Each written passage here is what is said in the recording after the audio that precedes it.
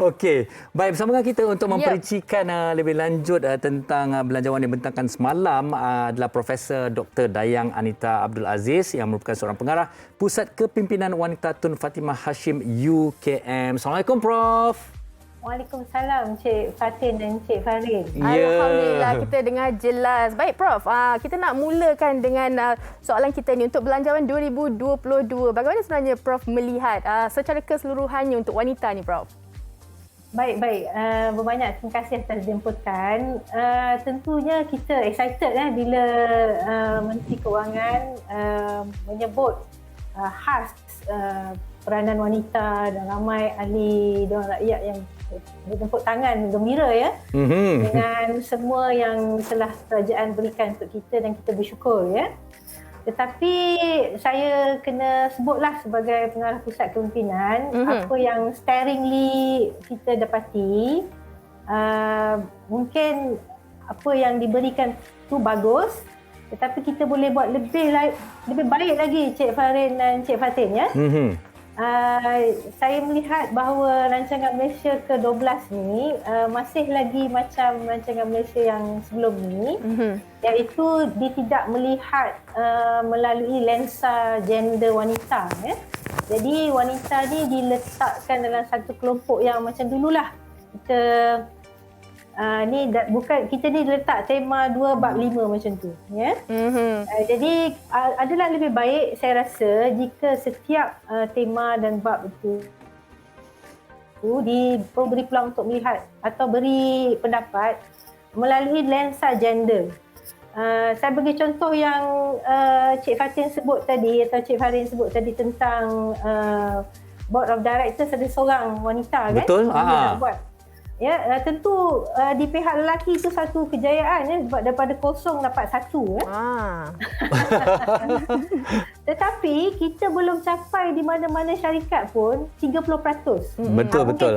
Saya silap semalam saya ada baca Standard Chartered Bank. This is the first bank di Malaysia yang mencapai gender equality. Jadi tahniah kepada Standard Chartered Bank Jadi maksud saya mungkin di pihak layperson itu satu perkembangan yang bagus iaitu dikehendaki satu board of directors untuk company yang besar ada satu daripada semua tu satu wanita. Tapi bila ada satu wanita dalam posisi itu, adakah mereka boleh membuat keputusan? Tapi sekurang-kurangnya Prof dia dah ada suara wanita di situ. Di peringkat Cik Farin akan cakap macam tu kan? Ya, betul. Definitely is a start kita berthankful is a start. Tetapi ini dah tahun 2021 dan kita juga dah masuk tahun 2022 dan kita berada di rancangan Malaysia ke-12 Jadi of all the goods yang kerajaan bagi tu yang saya berterima kasih sangat ialah contohnya ada geran sebanyak 5 juta dibagi pada Yayasan Kepimpinan Wanita. Pusat Kepimpinan Wanita Tun Fatimah Hashim pun akan berkolaborasi menandatangani MOU dengan Yayasan Kepimpinan. I think this is a good move. This is definitely a good move tetapi dalam bidang kesihatan contohnya kita tahu di zaman COVID sekarang ni yang paling terkesan ialah yang menyumbang kepada perkhidmatan COVID tu semua faham kan 70% adalah wanita Betul. Jadi penekanan kepada wanita tu sepatutnya dari lensa kesihatan contohnya kita terus jangan kita segregate dalam tema 2 bab 5 begitu saja. Jadi maksudnya kita adakan hopefully Cik Farin dan Cik Fatin kerajaan bersetuju kalau kita adakan bab gandengan Ini bukan idea saya sebenarnya.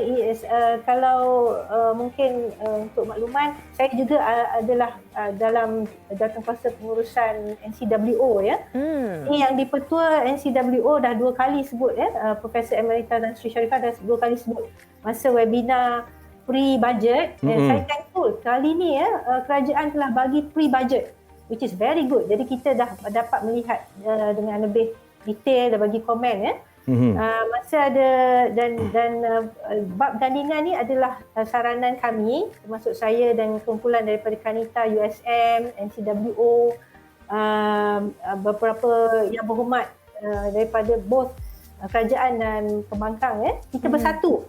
Kita rasa untuk membantu kerajaan melihat semula bajet ini daripada lensa wanita supaya tak tertinggal dan kita boleh adakan bab gandingan. Okey.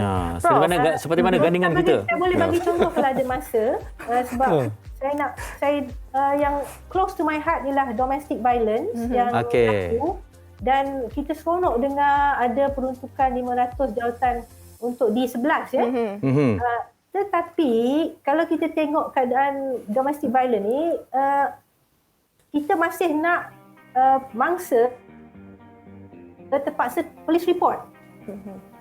Ini bermakna sebenarnya kan Cik Farin dan Cik Fatih, mangsa biasanya takkan keluar daripada rumah, tak sempat sebab bila kena pukul dia fikir anak dia. Jadi kita perlu ada mekanisme menyelamatkan wanita tu. Kalau kucing tersangkut atas pokok pun kita tahu nak panggil siapa untuk menyelamatkan. Jadi kalau wanita sebenarnya mungkin dari lensa lelaki meningkatkan jawatan penyiasat, which is also very important kan. Memperbanyakkan peranan. Betul. Macam mana nak menyelamatkan wanita tu bila dia kena. Siapa yang baik. Ya, jadi itu maksud kami bila ada bab gandingan tu. Ya. Baik, Prof, kita nak juga bertanyalah bagaimanakah pemerkasaan wanita boleh ditambah baik dan mungkin golongan wanita itu sendiri boleh mengambil peluang daripada belanjawan 2022 ini, Prof. Definitely kalau daripada yang sedia ada tu saya tengok wanita yang single mothers, ibu tunggal dapat peruntukan daripada yang bekerja di khidmat kesihatan ada banyak perks, tak payah risau tentang nak menjaga mana nak letak anak masa bekerja counselling akibat stres daripada COVID ni. Banyak kes verbal abuse sebenarnya dari spouse pun, mungkin tak physical abuse tapi sebab mereka terlampau sibuk dengan COVID mereka mengalami banyak sindiran-sindiran. This constant verbal abuse adalah juga abuse kan.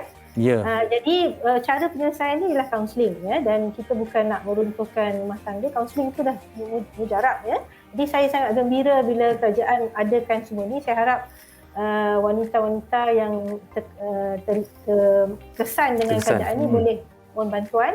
Saya gembira kerana ada peluang untuk program kepimpinan dan mentoring untuk lapisan yang dah memegang jawatan tinggi, untuk entrepreneur mentorship yang ini semua melalui Yayasan Kepimpinan Wanita. Saya gembira kerana kalau kita dapat diberikan peluang untuk adakan bab gandingan ini, kita certainly dapat membantu kerajaan lagi untuk melaksanakan program-program yang telah mereka selesaikan, telah adakan supaya lebih efektif dan terjurus kepada wanita Dan bab ini pun mendapat sokongan daripada Kementerian Pembangunan Wanita, Keluarga dan Masyarakat, which is very important So kalau Kementerian Pembangunan Wanita pun dah menyokong ini, saya harap kami yang akademia ini sangat-sangat ingin membantu supaya pemengkasaan wanita dalam belanjawan tu betul-betul tepatlah. Cik Farid dan Cik Fatih. Ya, Prof. Okey, Prof. Kita tahu kan menyeluruh warga emas, OKU ibu tunggal dan banyak sebenarnya kelebihan. Untuk mereka di luar sana mengambil peluang ni, apa antara saranan dan juga nasihat daripada Prof sendiri?